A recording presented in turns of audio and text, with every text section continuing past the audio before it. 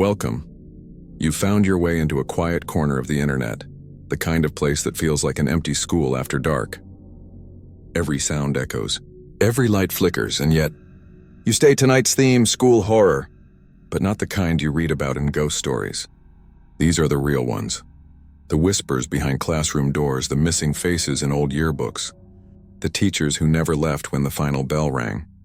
Each of the 7 stories you'll hear comes from someone who swears it happened.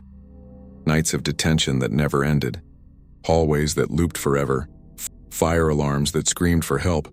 You've heard scary stories before, but not like these, because these halls don't belong to the living anymore. And by the time we're done, you might start remembering one of your own. A warning. People say after watching this episode, the sound of a school bell never feels the same again. Most of you who visit this channel listen, get chilled, and disappear without subscribing. Maybe you'll be different. Maybe you'll stay. What time is it where you are right now? Are you watching from your room? Or somewhere else?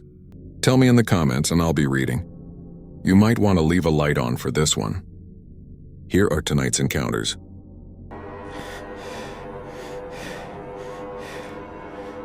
The first thing that felt wrong was his shoes. They were too clean. That kind of spotless white you only see in ads. Not on someone teaching at a public high school that smells like disinfectant and sweat. I noticed them under his desk when I walked in late, my backpack half open, trying not to draw attention. But the moment I saw those shoes, pristine, still creased from the box, I knew something about him didn't fit. He smiled at me as I slipped into my seat. That smile, it stayed too long. Take your time, he said. His voice was calm, practiced like he'd said that line 1,000 times before. But this was our first day back after winter break. Our regular English teacher, Mrs. Turner, was on some kind of sudden leave, and we were told we'd have a sub for a few weeks. Nobody said why. Nobody knew when she'd be back. The guy wrote his name on the board, Mr. Leeds. I remember the way the chalk squeaked under his hand. That awful, high-pitched sound that made half the class flinch. At first, everyone liked him. He wasn't one of those strict subs who read from a packet. He actually talked to us, asked questions, smiled when people made jokes. He had this calm way of moving around the room, slow but steady, like he'd been teaching here for years. But there was this thing he did, and I didn't notice it until the second week, where he'd say your name before you even told him. Like, he called me Nina before I even took attendance that morning. And when my friend Jess whispered, he probably read the list, I nodded, but something in me didn't believe it. Because he didn't look at the list. He never did. He'd walk around, hands behind his back, calling on people by name without glancing at the clipboard once. The way he said our names sounded practiced, like he'd been waiting to say them. The day I started getting scared was a Thursday. We were reading The Crucible, and he asked me to read a paragraph out loud. I started, but halfway through the lights flickered. Just once, like a quick pulse. When they came back on, I swear to God, he was standing right beside my desk. I hadn't heard him move. Not a footstep. Not the floor creaking. Nothing. He was just there. And he leaned down, real close. So close that I could smell something on him. This weird scent of old paper and damp basement. You read beautifully, he whispered. I froze. Everyone else kept reading, unaware, but my heart was slamming in my chest. When I looked up, he was already at the front of the room again. That night, I couldn't sleep. I kept replaying the sound of his voice, the way he whispered like he'd been waiting for me to stop breathing before speaking. So I did something stupid. I Googled him. Mr. Leeds substitute teacher. Mr. Arthur Leeds English. Mr. Leeds High School. Nothing. Not even a LinkedIn profile. No social media. No faculty listing. Just blank search results like he didn't exist. When I asked the front office the next morning for his first name, the secretary squinted at me.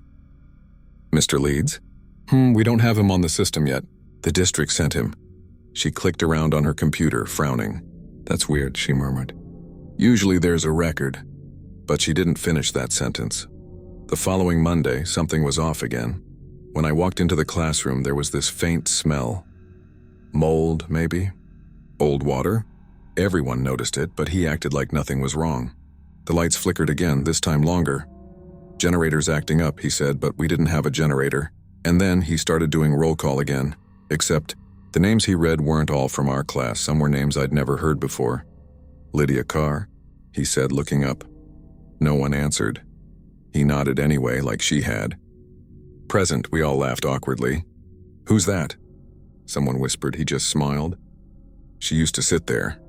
He pointed to the empty desk near the window, the one with the chipped leg no one used.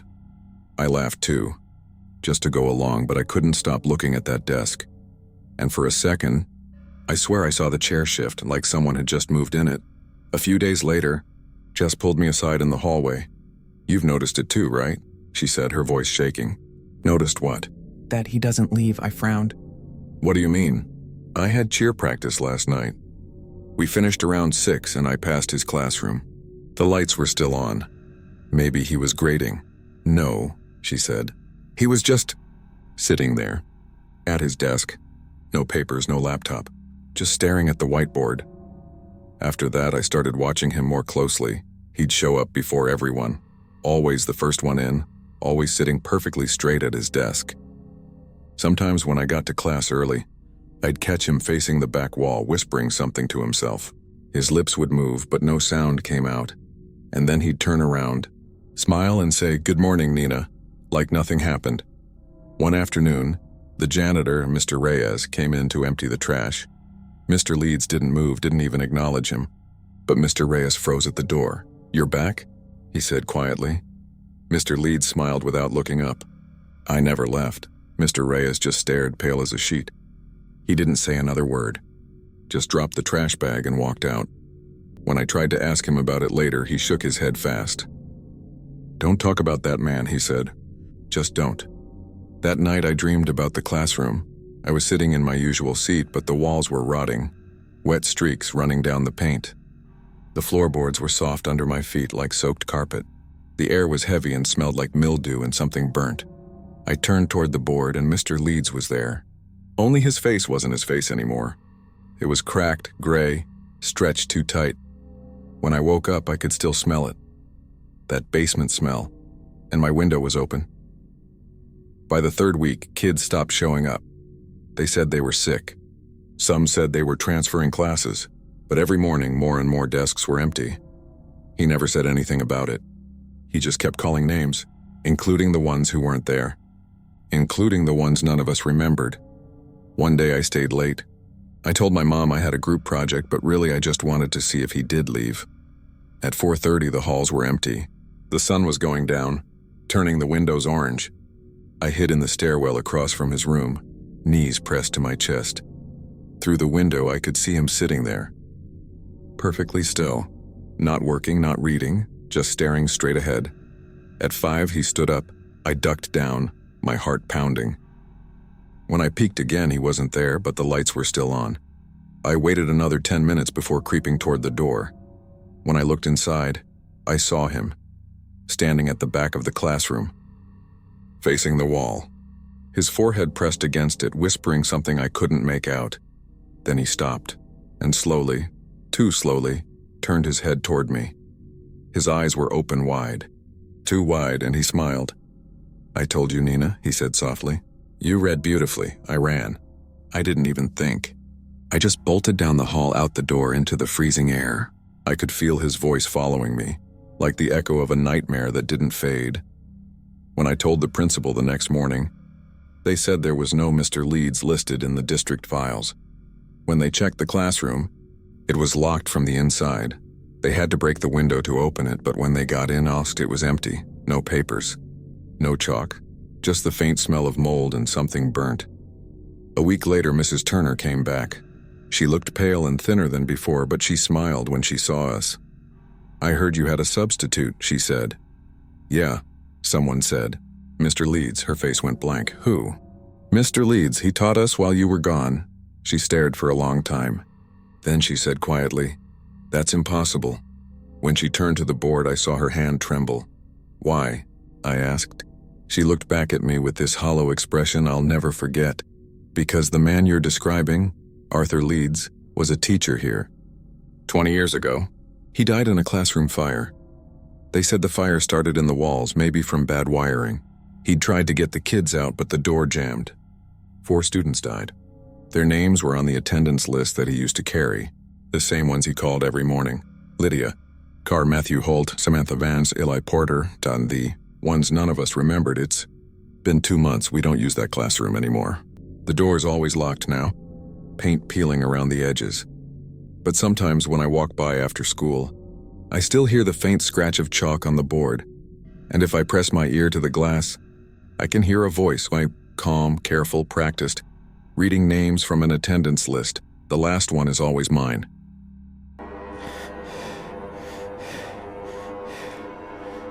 The first time I heard it knock back, I thought someone was screwing with me. It was after hours, the kind of dead quiet that makes the hum of the fluorescent lights sound alive. The hallway was half-lit, that sickly yellow glow stretching across rows of metal lockers. I was the last one out of detention, stuffing my books into my backpack, already pissed that I had to walk home alone. Then I heard it, 3 soft knocks from somewhere down the hall. Tap, tap, tap. It was slow, deliberate, not random. I froze, hand halfway to the zipper of my bag. The sound came again, same rhythm, same direction. My first thought was that someone had gotten locked in a classroom, or maybe one of the teachers was checking the lockers for graffiti. I turned, my sneakers squeaking on the waxed floor, and followed the sound. It led me toward the end of the hall, the old wing that barely anyone used anymore. The lockers there were ancient, covered in scratches and marker stains that no one bothered to clean. And there it was, Locker 113. It looked different from the others. Rust crawled along the bottom edge, and the paint had bubbled around the corners like something underneath was pushing out. The dial lock spun loosely when I touched it, clicking uselessly. "Hello?" I called. My voice bounced down the hall. No answer. I leaned closer, ear against the cool metal. For a second, I heard nothing. Then, tap, tap, tap. I jumped back so hard I hit the locker across from it. My pulse pounded in my ears. It wasn't an echo. It came from inside. The next morning, I tried to laugh it off. Told my friend Taylor about it between classes, trying to sound casual. She frowned immediately. "Locker 113? You're kidding. What?" "That's the one they tell freshmen not to touch. It's been sealed for like 10 years. Why?" She lowered her voice. There was a flood. Pipe burst in the ceiling, whole hallway filled with water. One of the lockers got jammed shut. Some kids' books were inside, so they tried to pry it open later. And when they did, everything smelled like rot. They welded it closed after that. "Yeah, right," I said, forcing a laugh. "You sound like one of those ghost story kids." But she didn't laugh back. "I'm serious, Nina, don't mess with it." That night I couldn't stop thinking about it, the sound. The cold metal. The way it knocked like a heartbeat. I even dreamed about it and walking through the same hallway, only it was flooded. The water reached my knees, black and freezing, and something was pounding from beneath the surface. I woke up gasping, my throat dry. It was 3:11 a.m., and from somewhere in my room, I heard 3 soft knocks, tap, tap, tap. I froze, eyes darting toward my closet. Nothing moved. But when I got up in the morning, my shoes, the ones I'd worn to detention, were soaked. Monday came, and I told myself it was all in my head, until I walked past the locker again. Someone had taped a note to it. The paper was warped from moisture, but the words were still legible. "Stop feeding it." I stood there staring at it, my stomach tight. I peeled the paper off the locker, and underneath I noticed something carved into the paint. Small scratches that formed a name. Evan. The letters looked fresh. By lunch, I couldn't take it anymore. I told Taylor I was going back there after class. She grabbed my arm. "Don't. Why not?" "Because that's how it starts," she whispered. "It gets your attention. Makes you curious. That's the only way it can get out," I laughed. But it sounded weak even to me. She didn't laugh at all. That afternoon, something weird happened during last period. The intercom crackled on, static. Then silence. Everyone froze, waiting for the principal's voice, but instead, we heard this faint, watery sound, like someone breathing through a wet cloth, and then a whisper, distorted and quiet. "Help me." The class went dead silent. After a moment, the principal's voice finally came on, annoyed. "Apologies for the interruption. We're experiencing some technical issues." But I wasn't listening, because the voice had sounded exactly like the one I'd heard behind locker 113. That night, I got a text from Taylor. Taylor. I opened it. Me. What? How? Taylor. Bolt cutters. I had to see me. Are you crazy? What was in there? Taylor. Nothing. Just water. Smelled like dirt. Me. Then what? Taylor. I thought I saw someone's face. Can't sleep. Don't go near it. Then nothing. No more messages. The next morning, her desk was empty. At lunch, I asked around. Nobody had seen her. Her locker was wide open. Books gone, nameplate removed. When I went to the office to ask if she was sick, the secretary frowned at me. Taylor who? Taylor Morgan, I said, junior. Cheer squad. She typed something, frowned deeper. There's no student by that name. I stared at her. That's impossible. I sit next to her in English. She turned her monitor toward me. You must be mistaken, sweetheart. We don't have any record of that student. That evening, I stayed after class. The hallway was empty again.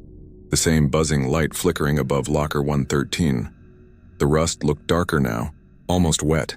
I crouched down and whispered, Evan? The metal was cold against my cheek. For a long moment there was nothing. Then, tap, tap, tap, and a whisper, faint but clear. You opened it. My breath caught. No, I didn't. Yes, you did. Something thudded inside like a palm slapping metal. I stumbled back, heart slamming in my chest. That night, I couldn't sleep. The sound wouldn't leave my head. That steady tapping like someone asking politely to be let out. Around 2 a.m., my phone buzzed. Unknown. Why did you leave me? Me. Who is this? Unknown 113 me. Stop texting me. Known. You promised you'd come back. I threw my phone on the nightstand and buried my face in the pillow. But I could still hear it. 3 slow knocks from the wall behind my bed. The next morning I came to school early. The janitor, not the usual one, was already there mopping near the entrance. Excuse me, I said. Do you know what's behind locker 113? He froze. His mop handle creaked as his grip tightened. You shouldn't be asking about that, he said quietly. Something's happening with it. He sighed, shaking his head. It's always the curious ones. Every few years someone gets drawn in. They never listen. What do you mean, drawn in? He looked at me for a long time, eyes tired. That boy in Evan Price, he drowned in there when the pipe burst. They couldn't get the door open in time. When they found him, he stopped himself. They sealed it after that, but he never left. I swallowed hard. I mean his voice, he said. And he's patient. He waits. I should have listened. But that night, something in me snapped. I couldn't stand the whispers anymore. Couldn't handle the idea of Taylor, or whoever she was, just disappearing. So after everyone left, I stole a crowbar from the maintenance shed and walked to the hallway. Every step echoed too loud. The air smelled like wet dust and copper. Locker 113 waited at the end, rust glinting in the weak light. I jammed the crowbar under the edge and pried. The metal screeched, bending. Cold water spilled from the seams, dark and slimy. Evan, I whispered, I just want to know what you want. The door creaked open inside in darkness, and a smell that made my stomach turn. Wet earth, rotting paper, and then a hand. Pale, waterlogged, gripping the edge of the locker from the inside. I stumbled back, dropping the crowbar. The hand twitched once, then slowly pulled itself out, followed by an arm, a shoulder, a head. The boy's skin was gray-blue, eyes half open, hair floating weightless like he was still underwater. He looked straight at me. You opened it, he said softly. Now it's your turn, I screamed and ran. I don't remember how I got home. Just the sound of water dripping behind me with every step. When I woke up the next morning, my shoes were wet again. My bed sheets damp. My phone, gone. At school, they'd welded locker 113 shut. A yellow sign hung on it. Do not tamper. The janitor wouldn't look at me when I passed, and when I checked the attendance list in English class, my name wasn't there. It's been 2 weeks now. Sometimes I think I'm going crazy. I keep smelling that moldy wet iron scent. My hands are always cold. My backpack feels heavier even when it's empty. And every night, right before I fall asleep, I hear it, faint but clear.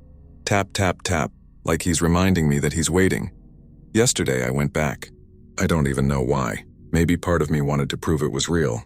Maybe part of me already knew I didn't have a choice. The hallway was darker than I remembered. The air was thick, humid. I could see condensation on the floor tiles like the walls were sweating. The sign was gone. The welds were broken. The locker door hung slightly open. A single droplet of water fell from the edge and splashed near my shoe. I should have run. I didn't. I leaned forward, my reflection warped in the puddle. Inside, it was completely black, like staring down into a deep well. Then a hand shot out, grabbed my wrist and pulled. Cold flooded my lungs. The hallway spun. The last thing I remember was his voice, soft and wet and close to my ear. "Don't worry, you're not alone anymore. They found my phone this morning. It was on the floor by locker 113. Screen cracked, camera still recording. The video was only 5 seconds long. Just the empty hallway. The sound of dripping water and one final whisper right before it cuts off. The clock had already passed 4, but the second hand refused to move. I stared at it like it might feel guilty and start ticking again, but it didn't. The classroom was silent except for the faint buzz of the ceiling lights and the scrape of my pen against paper. Mr. Randall had stepped out 20 minutes earlier, mumbling about a phone call from the office. He left his mug of coffee steaming on the desk. It was still steaming. That should have been my first clue that time wasn't moving right.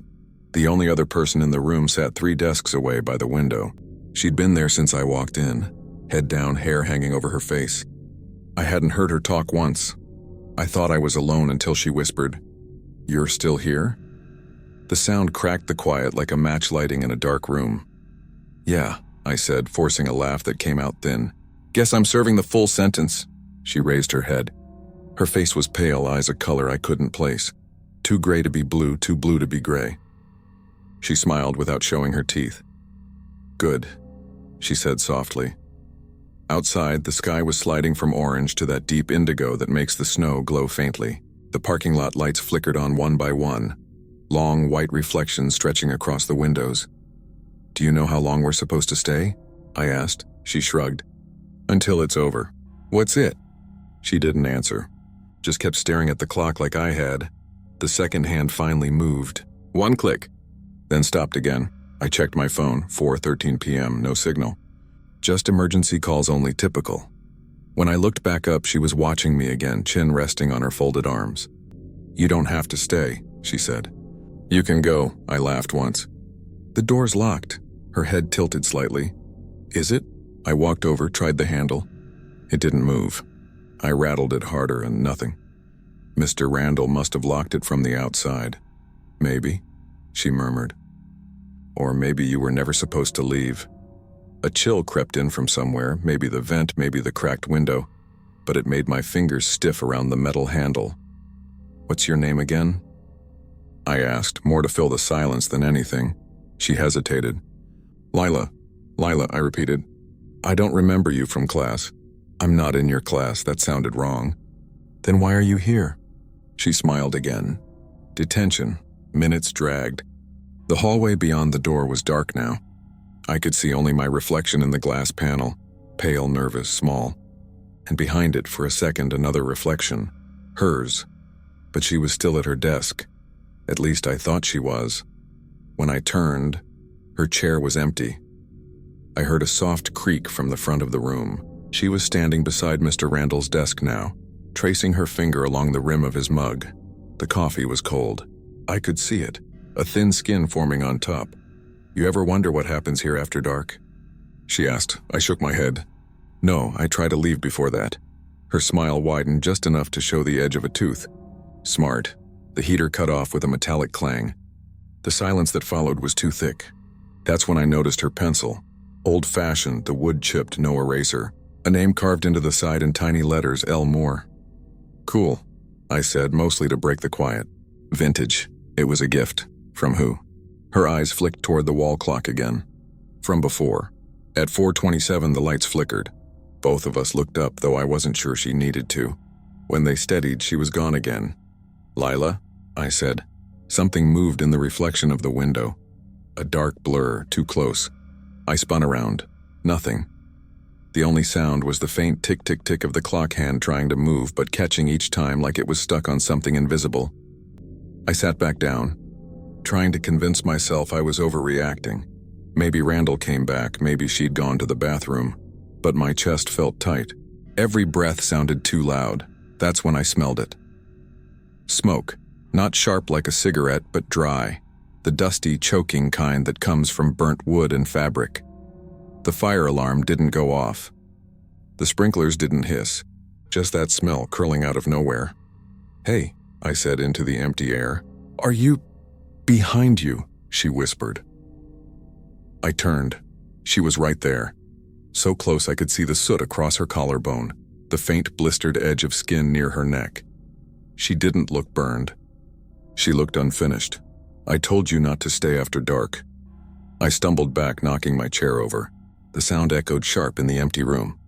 When I looked again, she was sitting neatly at her desk, hands folded, staring straight ahead like nothing had happened. My lungs ached from holding my breath. "What the hell are you doing?" She didn't blink. Waiting. For what? For it to end. The clock ticked once, then stopped again at 4:27. I swear I watched the second hand twitch like it was trying to move but couldn't. The air felt thick, humid, like I was standing inside a cloud of dust. "I don't get it," I said. "What's going on? Did Randall lock us in or what?" She kept staring at the clock.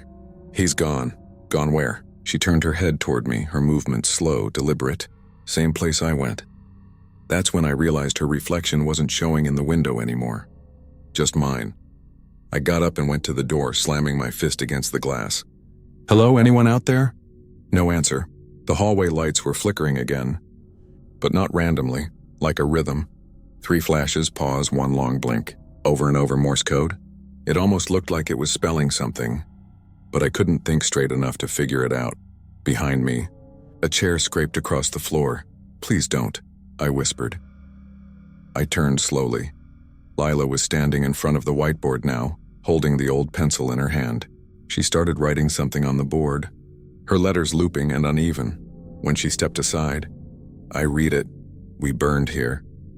The words looked wet, not with marker ink, but something darker, heavier. Then she dropped the pencil, and when it hit the floor, every fluorescent light in the room exploded. Glass showered down, and for a second everything went black. I used my phone flashlight, shaking hands fumbling to turn it on. In the beam, dust floated thick like snow. The desks were overturned. The windows were smeared with black streaks, the kind that only come from smoke. And Lila, she was standing by the window looking out into the dark parking lot. "Do you hear it?" She whispered. "What?" "The siren. At first I didn't, then I did, a faint wail. Far away, getting louder. I ran to the window beside her. There was no fire truck, no flashing lights, but the reflection in the glass, and I swear I saw flames behind me. Crawling up the walls, eating the posters, licking across the ceiling. I spun around. The room was perfectly fine. No fire, only her.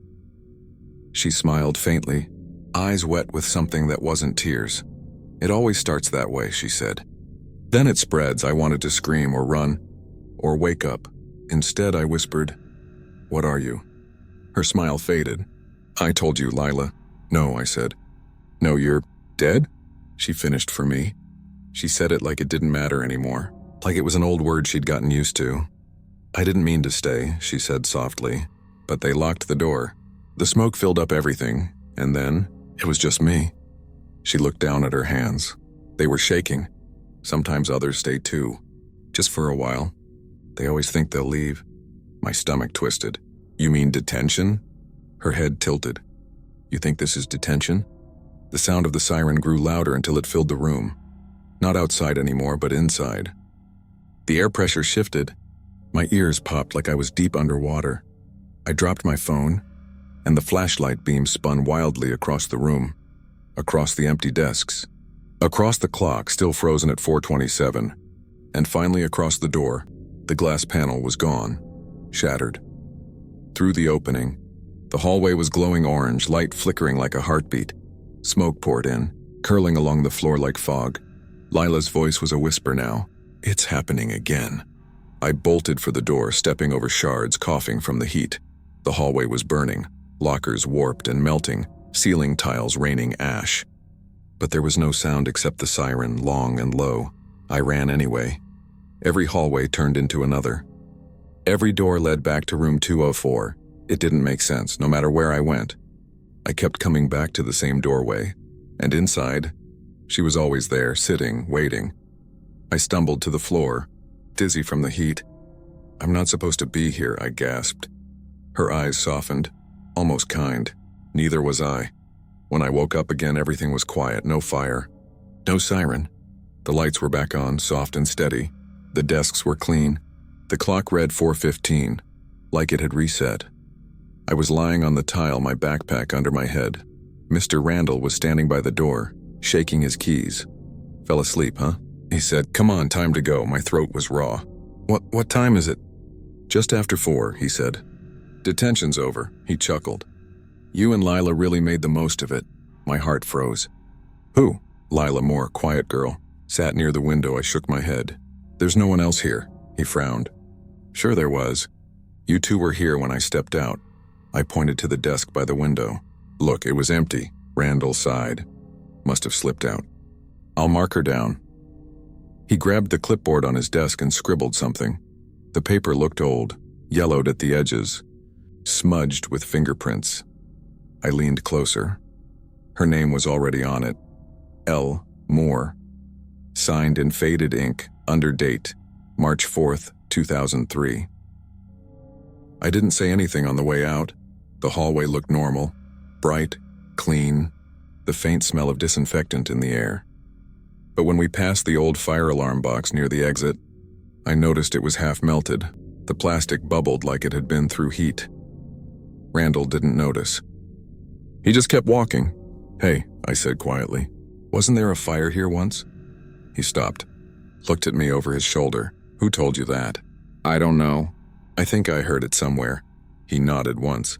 "Long time ago, a student got trapped. They remodeled after. Her name wasn't Lila," he said before I could finish. "Yeah, Lila Moore, poor kid. You're too young to remember." He unlocked the front doors. "Now get out of here. You've been here long enough." I walked home through the snow, the air sharp and clean, but I couldn't shake the smell of smoke. It clung to my hoodie, to my hair, like it had sunk into me. When I got home, I dumped my backpack on the floor and pulled out my notebook. There, between the pages, was a pencil, old cracked L. Moore carved down the side. I didn't put it there. That night, I couldn't sleep. Every time I closed my eyes, I saw the clock frozen at 4:27. Every time I turned my head, I swore I saw smoke drifting from under my door. At 3 a.m., I finally got up, heart racing for no reason I could name. My phone buzzed on my desk. A notification: new video uploaded. Eastview High Fire Archive 2003. It was from a random channel with no name, no subscribers. I tapped it open. Static at first, then grainy footage and a local news report. The anchor talking about a fire that started in room 204 Eastview High. 2 students were detained after school that day. One escaped, the other didn't. They showed a blurry yearbook photo. Lila Moore. I shut the video, but the thumbnail changed. Now it was a still frame of me, sitting in detention, looking up at the camera.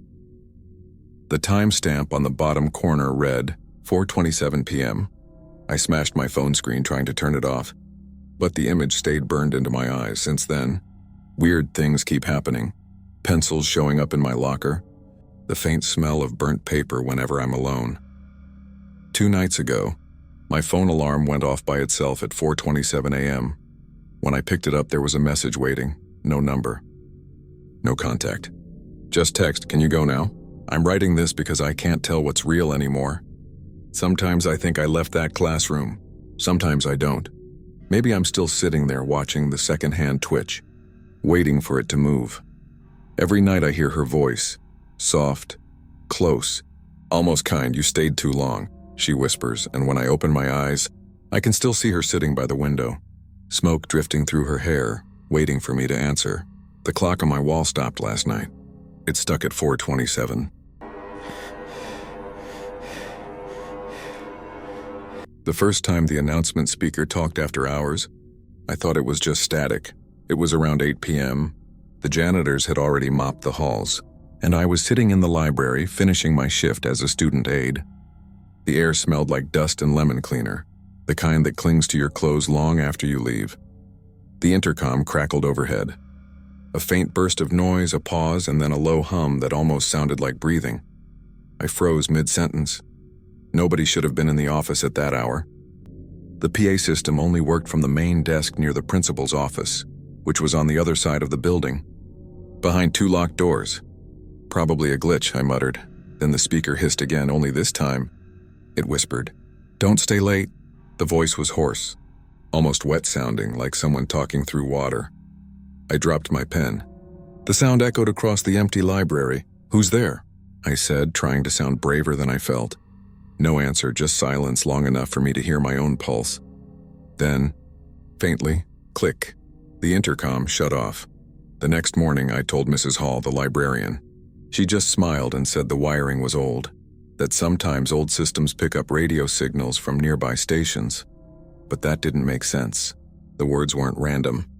They were for me. "Don't stay late." I laughed it off with her. But I knew I wasn't imagining it. That night, I stayed again, mostly to prove to myself that nothing weird was happening.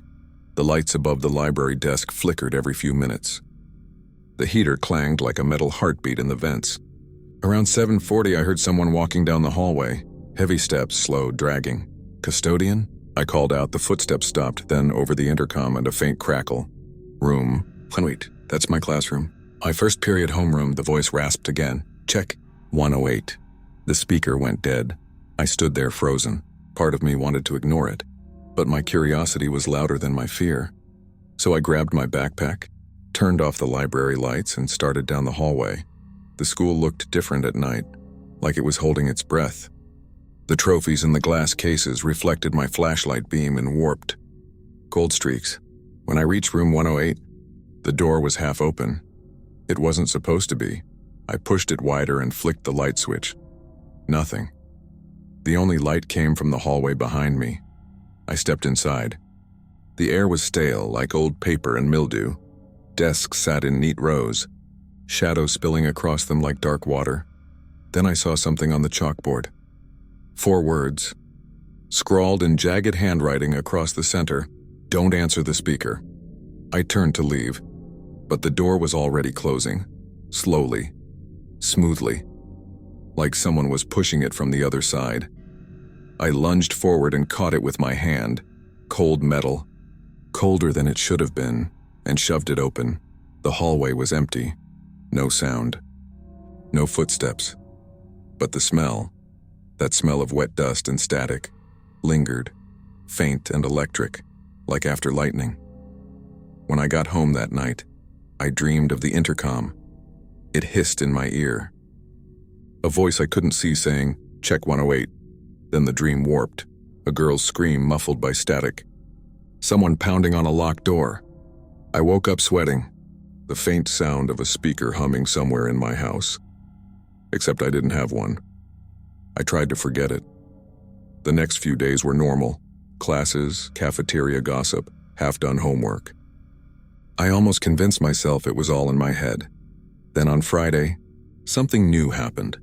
During 3rd period, the intercom clicked on in the middle of the announcements. "Good morning, East Ridge," our principal began, before the line cut with a burst of static. Then another voice took over. Lower. Slower. Still here. The sound was barely above a whisper, but everyone in the classroom went still. Then the speaker snapped back, and the principal kept talking like nothing had happened. "And remember, the pep rally is at 3 o'clock. No one mentioned it. Not the teacher, not the students. Just an awkward silence before the lesson resumed. But I saw one other kid look at me, a sophomore named Jamie, who worked late in the art room. His face was pale. He mouthed, "You heard it too?" I nodded. He didn't come to school the next day. That weekend, I couldn't shake the feeling that someone was watching me. My phone kept lighting up at 8 p.m. every night with no caller ID. No sound, just silence when I answered. And in the background, faint static, the kind you hear before a voice comes on. I didn't answer the next few times. Then one night it left a voicemail. It was just breathing, and a whisper at the end. Room 108. By Monday, I told myself I wouldn't stay late again. But of course I did. Mrs. Hall had a migraine and asked me to close up the library for her. It was already past sunset, the snow outside glowing faintly orange under the parking lot lamps. The silence in the school was unreal, the kind of quiet that hums inside your ears. Every time I walked between the shelves, the overhead lights buzzed softly like the electricity was whispering. At exactly 8:03, the intercom crackled to life. I froze mid-step. Hand still on a book cart, the static hissed. Rose, then broke into breathing, long shaky breaths, like someone trying not to cry. Then the voice came. "I told you not to stay." I turned toward the nearest speaker, my heart hammering so loud I could hear it echo in my throat. "Who are you?" I said. "How are you even talking through this?" Silence, then quietly. He locked the door. My stomach turned to ice. The voice wasn't deep this time. It was a girl's voice, trembling, young. "Who locked it?" I asked. Her voice cracked. "He did?" "He locked us in." Static swallowed the rest. Then, a sound that wasn't the intercom. A metallic bang. Somewhere down the hallway. I crept to the door, peering out through the narrow window panel. The hall was dark, except for a single flickering light at the far end near room 108.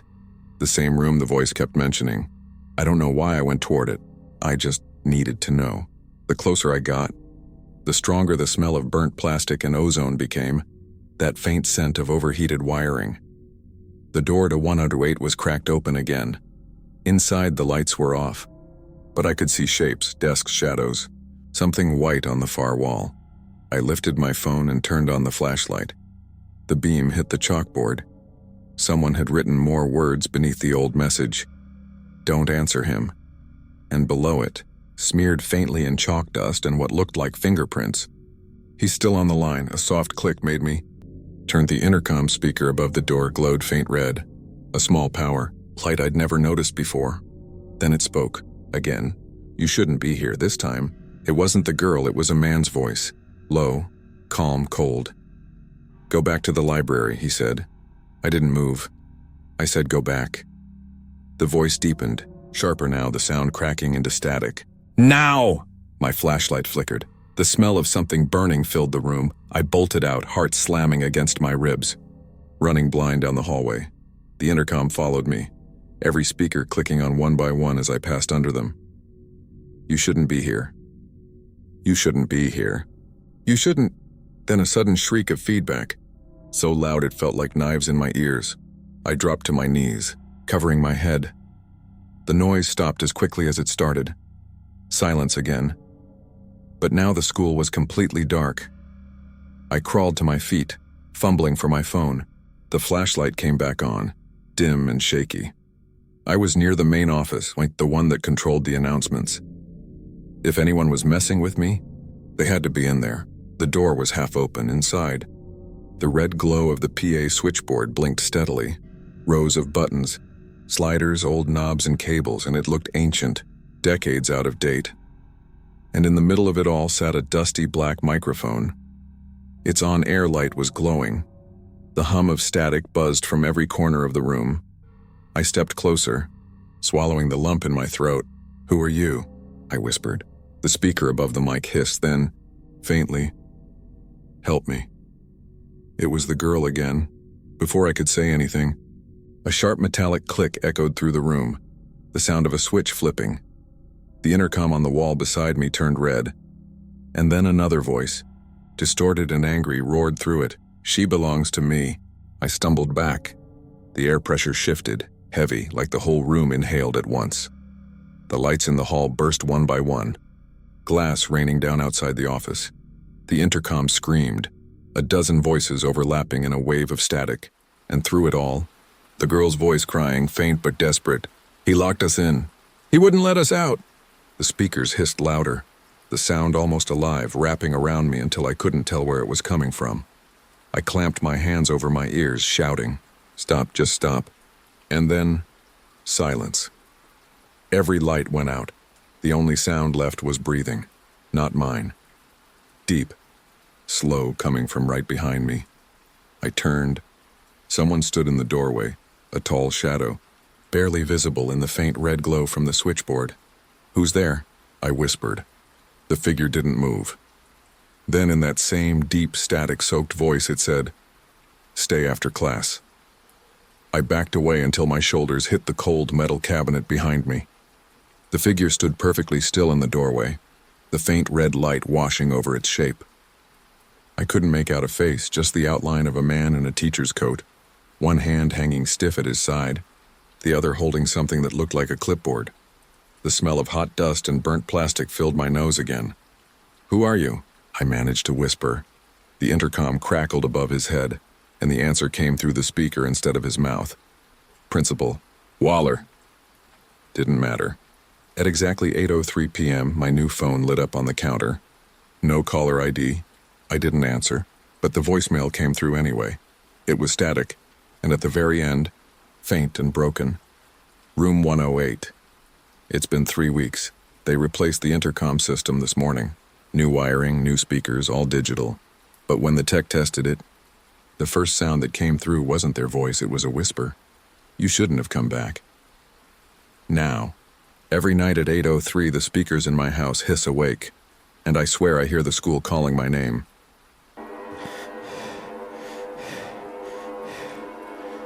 The floor shouldn't have been hollow. That's what freaked me out first, the sound. When you walk through the gym at East Ridge High, it's supposed to echo, not thud. But that morning, when I stepped near the back wall by the bleachers, the floor gave a dull, heavy knock under my foot. I looked down. The linoleum was cracked. "Hey, check this out," I called to Mr. Peters, our maintenance guy. He was replacing a ceiling tile, half listening. "Probably a busted beam," he said, waving his wrench. "Just leave it." But I didn't, because a week later that exact spot started to sink. They called in a contractor, then a whole crew. The day they broke through, every student in the gym screamed. The floorboards crumbled inward like cardboard, and beneath them, a black, airless hole. The smell that came out was unbelievable. Wet dust, mold, old paint, and something faintly metallic, like rust or blood. The superintendent showed up. So did 2 cops. We watched as they lowered a flashlight into the gap. It hit concrete, then desks. Rows of them. An entire classroom was buried down there. By Monday, construction tape sealed off the gym. But rumor spreads fast in small schools. Some said it was a fallout shelter. Others said it was part of an old wing that got closed off in the 70s. I didn't care about theories. I just couldn't stop thinking about those desks. At night, I kept seeing them when I closed my eyes. That flashlight beam catching the curve of a chair. The corner of a chalkboard still nailed to the wall, like time had been frozen down there. A week later, I got a text from my best friend, Nate. "Come to the gym." "Nate, no one's here. It was almost 9 p.m. "The building should have been locked," I texted back. "How'd you get in?" He sent a picture. It was dark and blurry, but I recognized the yellow caution tape. "Nate, there's a staircase under the tarp." Come see. My stomach twisted. I should have ignored it, but I didn't. 15 minutes later, I was climbing through the side door by the locker rooms. The hallway smelled like dust and fresh paint. Someone had left a single work light hanging by a cable, its orange glow swaying slightly.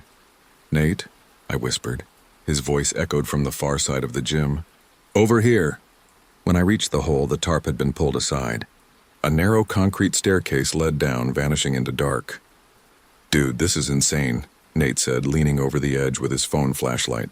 "They actually built a full classroom down there. Look." He aimed the beam down the stairs, rows of desks, chalkboard, a teacher's desk covered in dust, and in the far corner, a shape slumped against the wall. I squinted. "Is that mannequin or something?" he said too quickly. We went down. The air felt heavy, like the room hadn't breathed in decades. Every step creaked. The smell got worse, thick, wet like rotting paper. When my shoes hit the floor, dust rose in clouds. Desks sat perfectly arranged, names still carved into them. The chalkboard had faint writing, half erased. "Pop quiz, 5/16/1978. I ran my fingers across the teacher's desk. A nameplate lay there, almost illegible. Mrs. Albright. Then something strange. A stack of graded tests beside it. Every paper had the same grade. F. Nate coughed, waving dust from his face. "You smell that? Like metal." Before I could answer, a soft scraping sound echoed from the far wall. We both froze. It sounded like a desk leg dragging against concrete. Then again and again. Probably a rat, Nate whispered. But rats don't drag things. The noise stopped. We both stared at that slumped shape in the corner. It wasn't a mannequin. Now, with the flashlight closer, we could see what it really was. A body. Mummified, still wearing a teacher's outfit. Long skirt. Cardigan, name tag half rotted but visible. Mrs. Albright. Nate gagged and stumbled back. I felt frozen, staring at her face, or what was left of it. Her mouth was open, jaw locked in an almost silent scream. On the wall behind her, written in something darker than chalk, were 4 words. Class dismissed is a lie. Let's go, I said, backing toward the stairs, but then, click. The work light at the top went out. The basement plunged into darkness. Nate's phone light flickered once, twice, then died too, complete black. We stood there, barely breathing. Then from somewhere behind the teacher's desk, a soft shuffle and a whisper, dry and low like old paper tearing. Take your seats. Nate grabbed my arm so hard his nails dug into my skin. Tell me you heard that, he whispered. The air felt thick, hot and sour, like it had been trapped for decades. I could taste dust in my mouth, dry and coppery. The whisper came again, closer this time. Take your seats. We bolted for the stairs, except the stairs were gone. I swear to God, they were gone. The concrete steps that had been right behind us were now just wall. Smooth, unbroken concrete. I hit it with my fist. Nothing. Solid. What the hell? Nate started, but then his voice broke off, because from the dark behind us came the screech of chair legs on concrete. Dozens of them, dragging across the floor all at once. Flashlight, I hissed. Turn it on.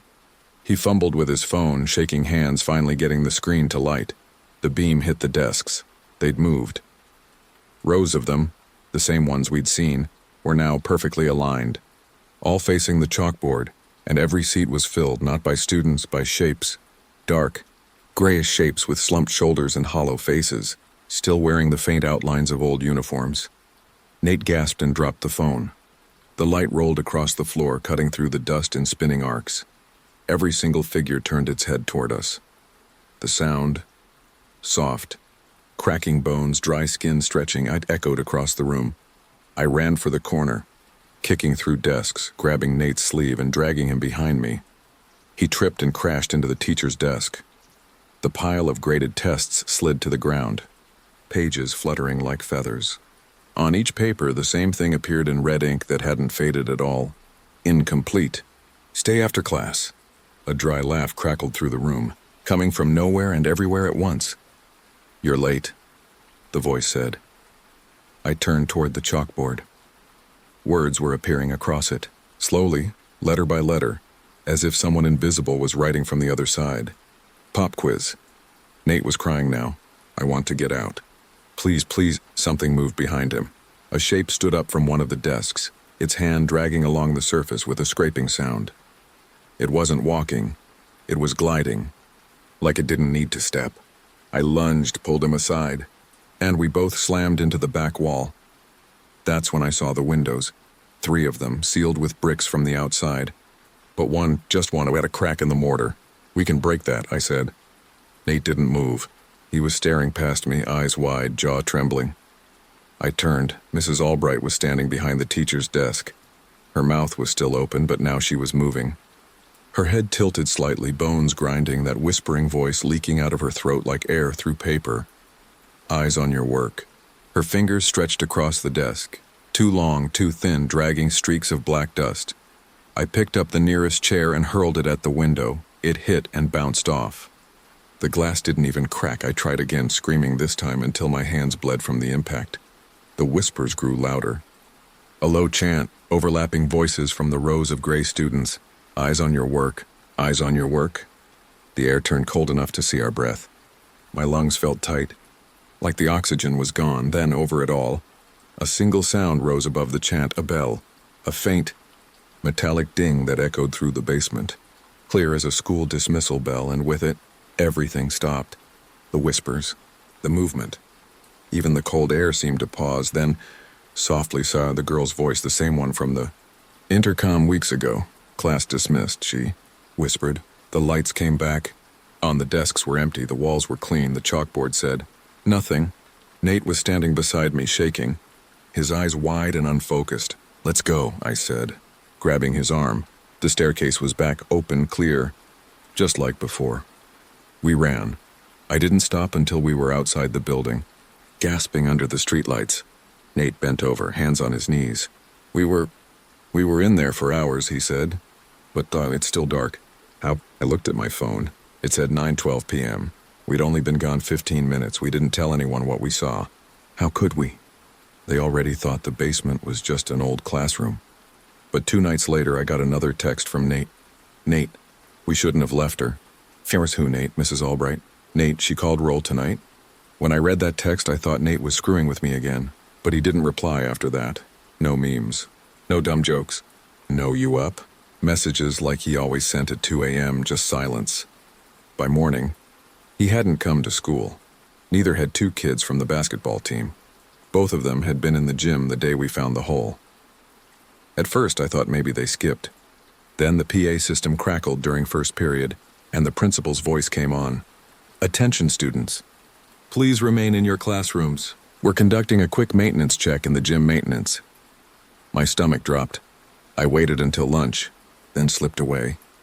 The hall to the gym was taped off again, but this time there was a new sign. Hazard area, structural inspection.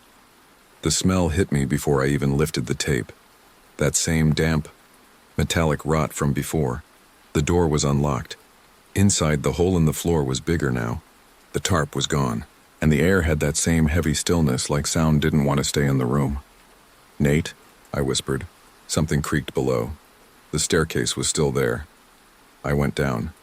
Each step groaned under my weight. Dust falling like snow. The basement looked the same. Desks lined up, chalkboard clean, the teacher's desk perfectly centered.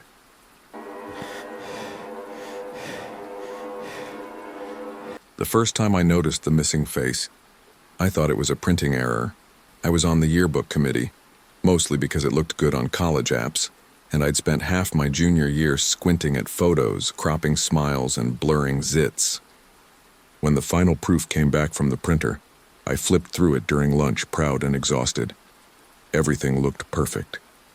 Until I hit page 142, the sophomore class photo spread. Right there, between Jessica Lynn and Carlos Moreno, was an empty desk. No person, just the corner of a hoodie sleeve and a shadow where a head should have been. We hadn't taken a single shot like that. I knew we hadn't. I showed it to Dana, our editor. "Probably corrupted file," she said, brushing crumbs off her laptop. "Or one of those AI filters messed up." But the weird part, the name under the photo slot still had a caption, Erica Phelps. When I checked our student roster, there was an Erica Phelps listed, sophomore. No photo on file. I didn't remember her, not once. Not from class, not from the halls, not from lunch duty. It's a big school, sure, but not that big. The next morning, Dana came in late. She looked pale, shaky. "You okay?" I asked. She just stared at me. "Who's Erica Phelps?" I laughed. "You tell me. You're the one who approved her name." Her eyes filled with tears. I didn't. "I checked the files last night. Her folder wasn't there." It wasn't there until this morning. I brushed it off. We'd had file issues before. But that night, while exporting the last layout, my computer froze. Then the preview screen blinked once, twice. And the blank desk photo shifted.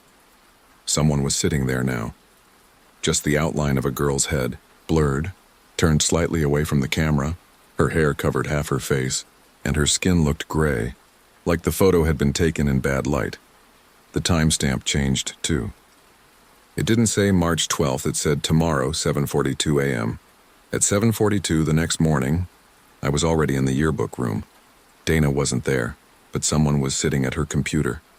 A girl with long brown hair, hoodie up, same shadowed profile as the one in the picture. When I stepped closer, she turned. Her eyes were completely white, like the photo brightness had burned them out. Then the computer screen went black, and she was gone. I stood there staring at the empty chair. The computer screen still glowed faintly, showing my own reflection, pale, wide-eyed, mouth half open. There was no trace of the girl. No footsteps, no sound, no door opening. She had just Vanished. When Dana finally came in, she looked like she hadn't slept. Her eyes were bloodshot. "You look awful," I said. "Rough night?" She sat down slowly, rubbing her temples. "Someone called my house last night." They just breathed into the phone. For like 2 minutes, my stomach tightened. "What time?" She checked her phone. 7:42 p.m. I wanted to tell her about the photo changing, about the girl sitting in the chair, but something stopped me. The words felt heavy, like saying them out loud might make it worse. So I said nothing. Instead, I reopened the yearbook project. Page 142 was still there. The desk was empty again, except the timestamp had changed once more. It now read, "Today, 7:42 p.m. That entire day, I watched the clock. Every tick felt slower than the last. When 7:40 hit, I was sitting at my desk at home, laptop open, camera on. I told myself I'd prove it was a glitch. 41, the screen flickered once. 42, the power cut. Darkness swallowed the room. My laptop screen went black, but the camera light stayed on, a single red dot glowing in the dark. And through the speakers, faint and distant, I heard the shutter click of a camera, once, then again, then a whisper. So close it felt like it was inside my head. "Smile." I slammed the laptop shut and turned every light on in my room. My heart wouldn't slow down. After 10 minutes, I finally forced myself to open the computer again. On my desktop was a new folder, no name. Just a timestamp, 7:42 p.m. Inside were hundreds of photos, all black except one. It showed me sitting at my desk, looking terrified, but behind me in the corner of the frame stood the girl from the yearbook photo. The next morning, Dana wasn't at school. The principal made an announcement. She'd been found unconscious in her room, still breathing but unresponsive. Her parents said she'd been talking in her sleep all night, whispering names over and over again. When they checked her phone, every contact had been deleted except one, Erica Phelps. That afternoon, I went back to the yearbook office. The smell hit me as soon as I opened the door, a faint chemical scent, like photo developer fluid mixed with mildew. The computer was still on, the yearbook file open. Page 142 had changed again. Dana's picture was gone. In her place was the empty desk photo, and beneath it, a new caption. Editor, absent. The timestamp at the bottom blinked. Tomorrow, 7:42 a.m., and right beneath it, in small white text that hadn't been there before, next, you. I didn't go to school the next morning. I couldn't. Every time I looked at the clock, my stomach twisted. 7:42. The number burned into my head like a countdown I couldn't stop. I stayed in bed with the lights on. Laptop closed, phone on silent. But hiding didn't help, because at exactly 7:42 a.m., my phone buzzed once, no notification. No message, just a photo.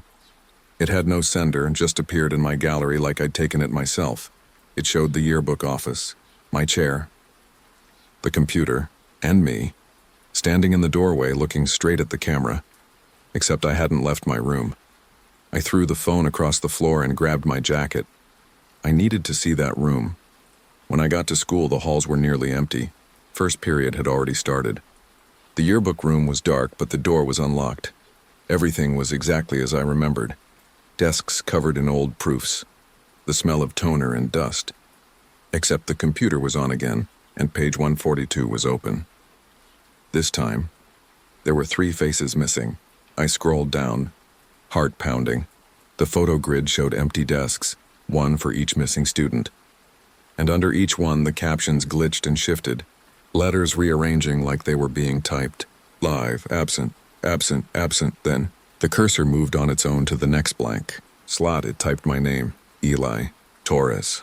And as soon as the last letter appeared, the classroom lights buzzed and dimmed. Something flickered in the computer monitor. A reflection, not mine.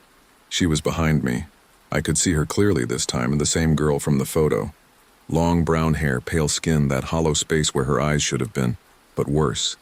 Her skin looked paper thin, like she'd been printed and cut out. "Stop," I whispered. "Please." Her head tilted. The sound that came out wasn't a voice. It was the sound of a camera shutter snapping over and over again. Click, click, click. The photos on the screen multiplied. Dozens, then hundreds, all showing me standing in the same room, growing paler in each frame. My reflection on the monitor started to fade, not like turning transparent, more like I was being erased, pixel by pixel. The cold hit next. It wasn't air. It was absence, a space so empty it hurt to breathe. I reached out for the power cord, yanked it from the wall, but the computer stayed on, and from the black screen came a whisper, "I'll never forget. You can't delete the yearbook." The next thing I remember is the janitor shaking me awake on the floor. He said I was ice cold. Said I'd been out for almost an hour. The computer was off. No files, no photos, no yearbook project at all. The entire drive was blank. They said it must have crashed. But the following week, when the new printed copies arrived, I grabbed one off the stack and flipped straight to page 142. There were 4 empty desks now, and below them, the captions read Erica Phelps, Dana Marsh, Ryan Carter, Eli Torres. I tried to tear the page out. It wouldn't rip. The paper was smooth and cold, almost waxy. When I looked closer, I realized it wasn't printed ink at all. It was photo paper, the kind we used for portraits, and beneath the surface, just faint enough to see when I tilted it under the light, was my own face staring back, eyes washed out, skin gray, mouth half open like I'd been caught mid-breath. I burned my copy that night, watched the pages curl and blacken until the names were nothing but ash. But a week later, a plain manila envelope showed up in my mailbox. No return address. Inside was a new yearbook, same cover, same layout. When I opened it, there was only one page inside, page 142. And this time there were no empty desks. Every seat was full, every face smiling, including mine. Now every mirror in my house shows me smiling in that same frozen pose, the one they took when I joined the yearbook.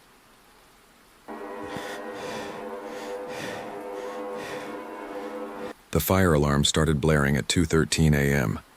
Not the loud, panicked kind that made you run. This one was slower, lower, almost like a heartbeat.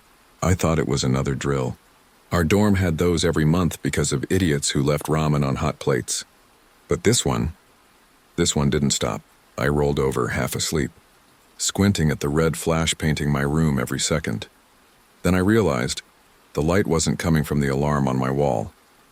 It was coming from the hallway. I cracked the door open and immediately coughed. Smoke, faint and acrid, filled the corridor. The alarm kept pulsing. Beep, beep, beep. Steady. Too steady. Half the floor was already outside their rooms. Some barefoot, some clutching phones. Everyone confused. "Where's the RA?" someone yelled. No one answered. I checked my phone. No fire alert. No email. Nothing. The sprinklers hadn't gone off either. We herded downstairs like zombies. The lobby was empty. No staff, no alarms outside, no smell of smoke except what we'd brought with us. "Maybe it's a system test," one of the seniors muttered. They do that sometimes. But then the lights flickered. Once. Twice.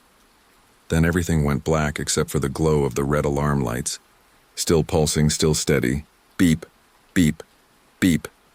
Someone screamed from upstairs. It wasn't loud. More like a muffled cry that stopped too suddenly. The RA finally appeared. Or at least someone in her pajamas who looked like her. But something about her face was off. It was hard to explain. Too pale under the flashing red light, like makeup smeared across skin that didn't belong to her. "Everyone stay calm," she said. "Return to your rooms." "What?" a guy shouted. "There's smoke upstairs." Her head tilted slightly, eyes unfocused. "Return to your rooms," she repeated. Her voice was flatter the second time, like a recording. I grabbed my friend Kayla by the wrist. "We're not going back up there." But the others, they did. One by one, the students started drifting back up the stairs, faces blank, eyes fixed on something we couldn't see. Kayla whispered, "Do you hear that?" It wasn't the alarm anymore. Underneath the beep, something else pulsed. A faint rhythmic whisper timed perfectly between each tone, like the alarm was breathing. We ran outside. The night was cold and quiet. No emergency vehicles. No sirens. The fire station was 2 blocks away. They should have been here by now. I called 911. The operator answered immediately, voice calm. "Emergency services." "What's your location?" Grant Hall, West Ridge College, I said. Our fire alarm's going off and she cut me off. Grant Hall? She repeated, voice shifting. Yes. Silence, then softly, sir. That building burned down in 1998, I froze. What are you talking about? I live here. But the line was dead. Kayla was staring at me, tears streaking her cheeks. Tell me you didn't hear that, she whispered. Before I could answer, the fire alarm beeped again, louder this time. But it wasn't coming from inside anymore, it was coming from the parking lot. We turned toward the sound. The red light was flashing from the middle of the empty asphalt, glowing against the fog that had rolled in thick and fast. And in that red haze, we saw them, silhouettes standing perfectly still, lined up in rows, their faces lit red, white, eyes catching every flash. Kayla grabbed my hand. We need to go. But the figures turned toward us in unison, and with the next beep, the red light blinked out completely. The light died, and with it, the sound. No alarm, no breathing, just silence thick enough to choke on. The fog hung heavy over the parking lot, glowing faintly from the dorm's emergency lights behind us. For a second, I thought maybe I'd imagined the figures, until the first one moved. It didn't walk. It shuffled, feet dragging across pavement like rubber soles melting against the ground. Kayla's nails dug into my arm. We need to, the alarm blared again, but now it was behind us. The red strobes were flashing through the dorm's windows again, one by one, top floor to bottom. Flash. Pause. Flash. Almost like something was moving room by room, and then, faintly through the windows, I saw them. The students who'd gone back upstairs. They were all standing perfectly still in the hallways, faces lit red, staring out at us. I shouted their names, but none of them moved, Kayla whispered. Why are they just standing there? The light flickered again, and that's when I saw it. Their mouths were open, wide, too wide. The beeping sound wasn't an alarm anymore. It was coming from them. Kayla pulled me toward the campus lawn. We ran barefoot through the grass, hearts pounding. The night so still it felt wrong. The farther we got from the building, the dimmer the red lights became, until it was just us, fog, and the sound of our breathing. When we reached the street, I pulled out my phone again, no signal. Not even Wi-Fi. That's when Kayla said, "Look," her voice cracked. Down the street. More dorms stood in the fog, but each one pulsed red, perfectly timed. Like the alarms were beating together, all of them flashing in rhythm. Beep. Beep, beep. We made it to the student center, lights flickering overhead. The front doors were locked, but the motion sensors still worked. The doors slid open as we approached, slow, hissing like they didn't want to. Inside, everything was wrong. The vending machines were off, the clocks frozen at 2:13 a.m., and every exit sign was dead. But the fire panel near the desk was still blinking.